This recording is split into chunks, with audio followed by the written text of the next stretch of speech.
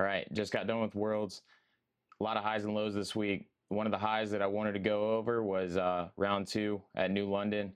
I truly think this was one of the most complete rounds that I've ever played. I thought this would certainly be a great one to go through. So I want to take you guys through that, and then I can give a kind of a little bit of a review of my full week and just kind of tell you what I'm thinking, tell you what I've what I was thinking throughout the rounds, the whole tournament, what I struggled with, and what I did really well and what I can improve on.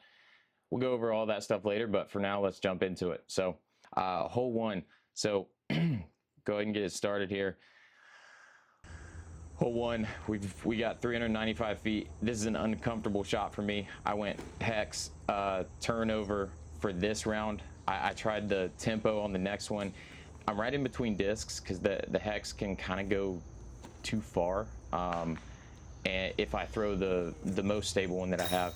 So I cooked it over to the left. Not pretty uneventful par on that one. This one, I really look forward to this tee shot. It's a big roller that I can put everything into, and then that happens. I did that in my practice round. I knew it was there. I'm still frustrated about it. Is what it is. This shot right here, one of the better shots I threw. That tree to the left, that little skinny one, is actually, it looks like it went through it. It's actually, I had to cut roll it around that. So the gap is probably the size of a doorway up there, and I threw it great. Ended up in a pretty terrible spot. Threw this one great too. This one hit a root and jumped straight up in the air, stopped it. I honestly think I could have pulled out a par if just one of those went well. I think I threw 3 perfect shots, and it just, is what it is. It's a really tough hole. There's not much margin to miss. So here I'm going Draco. Just trying to keep it low and put a lot into it so that it stays flat and kind of skips straight. This hole always feeds down to the right. So I was right in between Draco and Doombird, which my Doombird's a little flippier because it's just beat.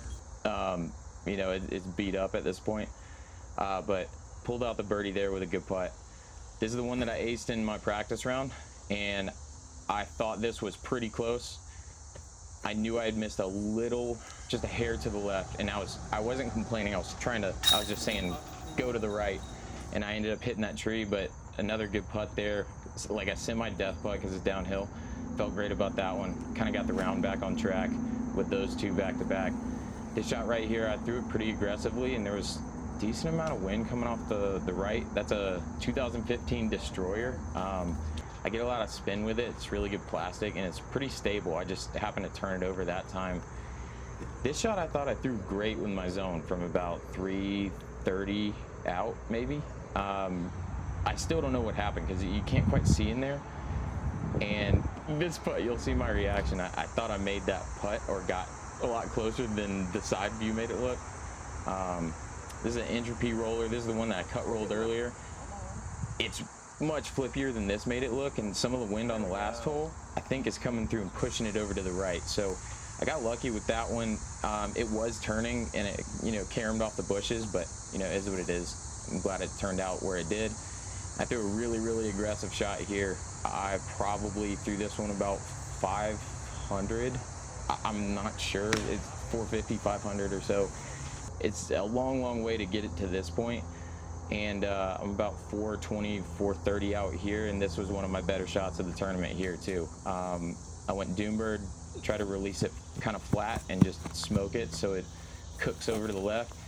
And I kind of can't believe it made it as far as it did. I made it long of the basket and left. So really tough putt here where I have to kind of ante it, and you've seen me put my hand behind my back. It's kind of a band-aid fix for the rest of the season before I revamp my putting, just to help me there. And I haven't putted from a straddle a lot with that, so just barely missed a birdie on the hardest hole in the course there. This is a hole that I could have gone big forehand, gone aggressive, tried to eagle it. I've chosen not to do that both rounds, just because the two super basic layup tomahawks that I threw are just easy. And here's my bread and butter, just Mamba, throw it pretty hard, let it flip, and usually I can get that within the bullseye. Kind of jumped it up the hill there, but that hole's really straightforward when I play it like that, even though I didn't the next day. But that one worked out. Here's one of the, I've heard multiple people say this tee shot is just ridiculous. So I'm really proud of that shot because you're throwing it down a hallway, and I put it right down the fairway the whole way, and I got up here feeling really good and just smoked that one, overcooked it to the left. I needed to take some off and kind of hyzer it a little bit more and trust it to go around those trees, and just ended up with a really, really tough putt to actually get it to the basket. It was going to be tough to make that one, so yeah, I'm happy with that hole being pretty dangerous. This shot right here, pretty straightforward. I pushed it a little bit to the right, got a little sketchy, but because of that, it ended up in a great spot. I might be like 800 out right here, something like that. So it's still got a long ways away. This is smoke it, chuck it as far as you can, tomahawk with the TI Flex Nuke OS. That one, threw that one perfect. And about 300 or so, 320 maybe here, and this one's one where I'm just trying to throw it high and just drop it right on the basket. And because it's a right to left sloping hill, I wanted to miss a little bit to the right and kind of swing it below the basket just like this. I couldn't have really played that hole better. This one here, I guess you could say I played this one as well as I did any hole all week. I think I had 2 bullseyes on this one. I hit the rocks right here. I think it would have stuck, but I just happened to hit, I almost got unlucky by hitting the rocks or the post.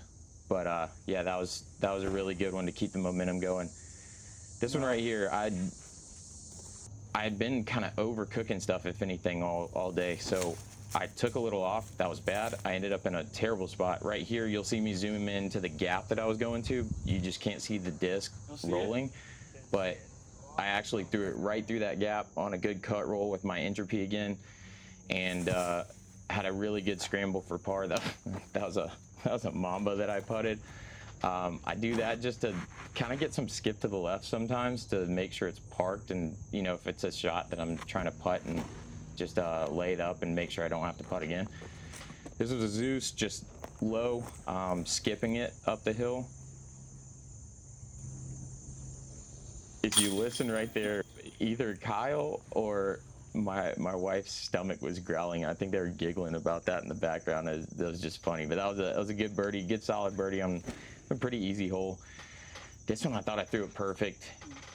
It just kind of, again, I spun it a lot and just cooked over the zone.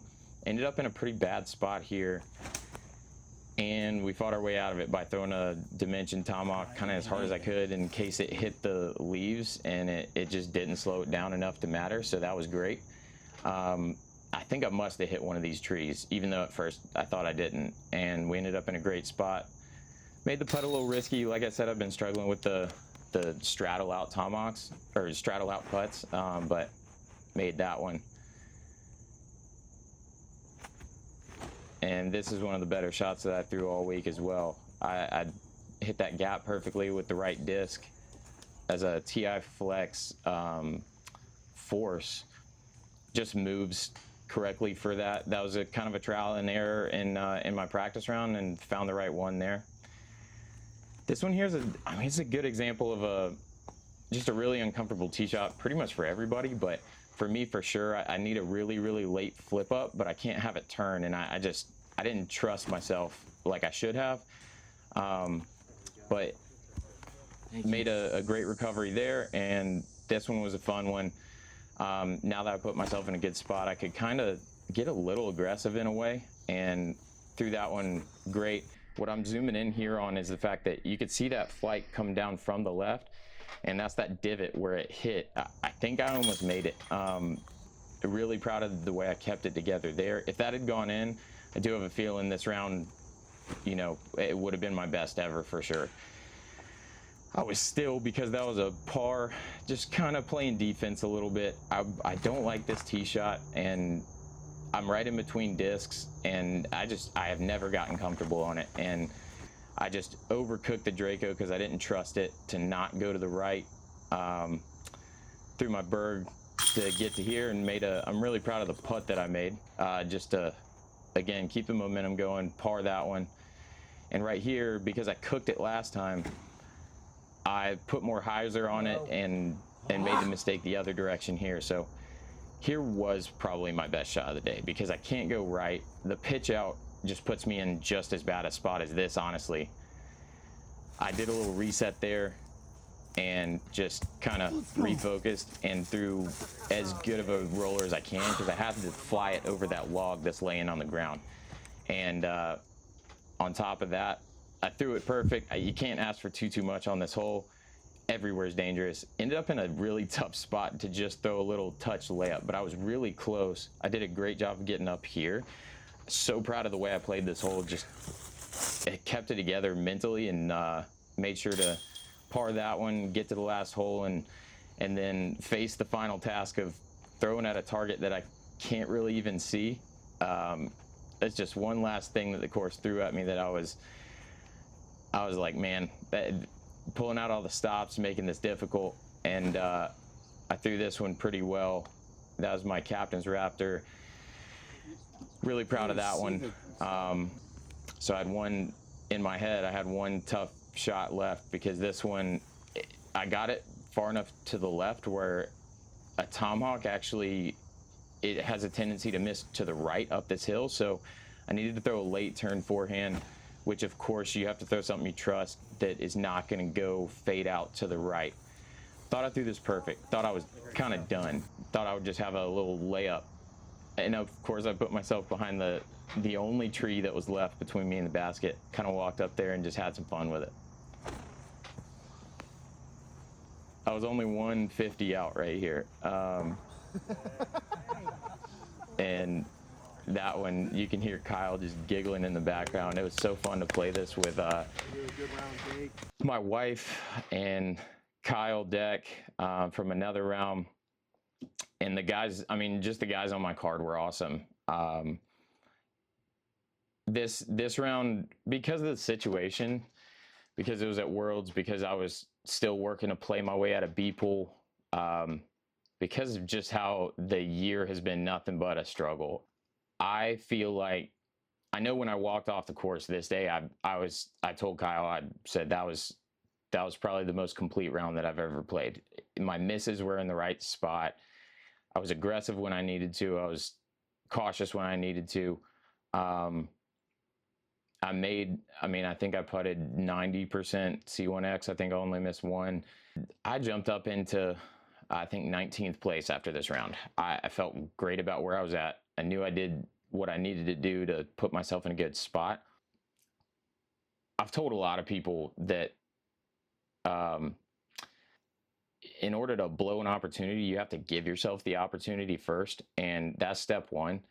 And whether you blow it or not, or feel like you blew it or not, you gave yourself the opportunity, and that's a win in and of itself. I've never been sitting in that 19th spot at Worlds on a card that actually really, really matters.